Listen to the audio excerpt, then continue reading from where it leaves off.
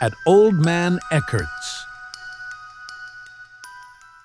Philip Eckert, known to all as Old Man Eckert, lived for many years in a weathered wooden house about 3 miles from the small town of Marion, Vermont. There are likely many people alive today who remember him, and perhaps even hold a fondness for him, who might know the story I'm about to tell. Old Man Eckert was not a social creature and lived alone. As he was never known to speak of his past or personal life, no one in the area knew anything about his history or his relatives, if he had any. Without being particularly unfriendly or unwelcoming in his manner or speech, he somehow managed to remain impervious to any nosy inquiries. He was also exempt from the negative rumors that often arise when prying inquiries are thwarted. As far as I know, Eckert's reputation as a reformed assassin or a retired pirate of the Spanish Main never reached any ears in Marion. He earned his living by cultivating a small and not particularly fertile farm. One day, he disappeared. A thorough search by his neighbors failed to uncover any trace of him or shed any light on his whereabouts or the reason for his sudden departure. Everything seemed undisturbed. It was as if he had simply gone to the spring for a bucket of water and never returned. For a few weeks, little else was discussed in the area. Then, Old Man Eckert became a local legend, a story whispered to visiting strangers. I don't know what happened to his property. The proper legal proceedings were likely followed, no doubt. The house was still standing, vacant and unsettlingly empty, the last time I heard about it, some 20 years later. Naturally, the house became considered haunted. Stories of moving lights, mournful sounds, and startling apparitions circulated.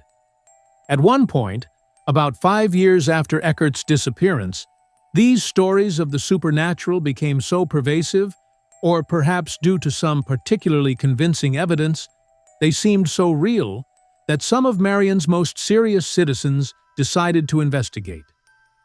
To this end, they arranged a night-long vigil on the premises. The participants in this undertaking were John Holcomb, an apothecary, Wilson Merle, a lawyer, and Andrus C. Palmer, the public school teacher, all men of consequence and good standing in the community. They agreed to meet at Holcomb's house at 8 o'clock on the appointed evening and proceed together to the scene of their vigil. Arrangements for their comfort had already been made, including a supply of fuel, as it was winter. Palmer, however, did not show up. After waiting half an hour, the other 2 men went to the Eckert house without him.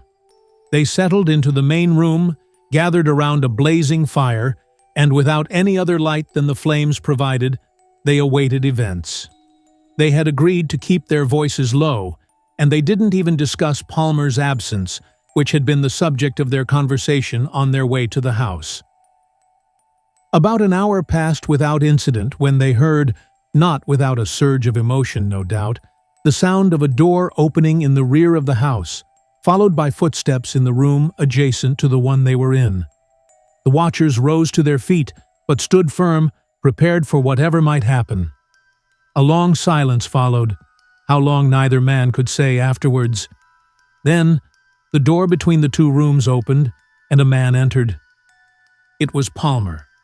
He was pale, as if from fear, as pale as the other 2 men felt themselves to be.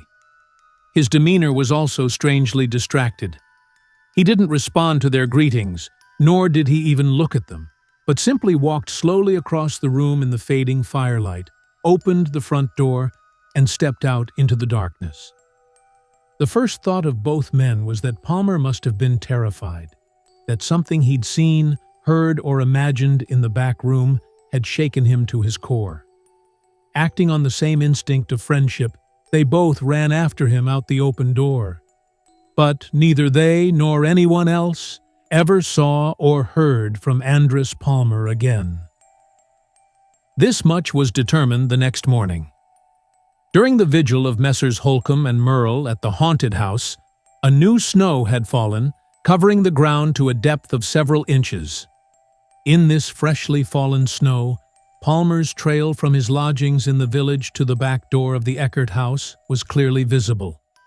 But there it ended. From the front door, there were only the tracks of the two men, who swore that he had walked ahead of them.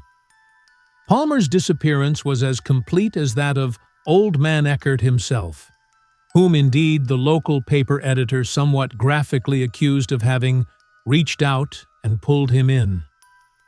The end. If you liked the story, hit that like button and subscribe for more videos. Let me know your thoughts in the comments below.